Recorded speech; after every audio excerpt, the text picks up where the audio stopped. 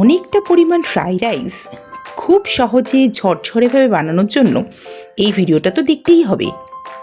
আমি সবসময় চালটাকে 90% মতন সেদ্ধ করি, বাকি 10% আমি ভাপে করি। সব কিছু ভেজিটেবলসগুলো ভেজে নিয়ে রেখে দিই আলাদা করে।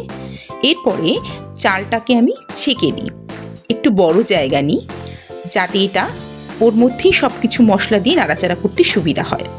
চিনি, গোলমরিচের গুঁড়ো, ফ্রাইড রাইস মশলা, নুন, পরিমাণ মতন ঘি সব কিছু দিয়ে আমি সাইড থেকে আস্তে আস্তে হাতার সাহায্যে নেড়ে সব কিছু মিশিয়ে নিই। একটুখানি দরকার পড়লে দু হাতে করে ডেকচিটা ঝাঁকিয়ে নিই। এরপরে যেটুকু জল থাকে এটা চাপা দিয়ে সিমে রেখে দিলেই বাকি 10% চাল কিন্তু সেদ্ধ হয়ে যাবে এবং কোনো চাল ভাঙবে না, ঝরঝরে সুন্দর ফ্রাইড রাইস হবে।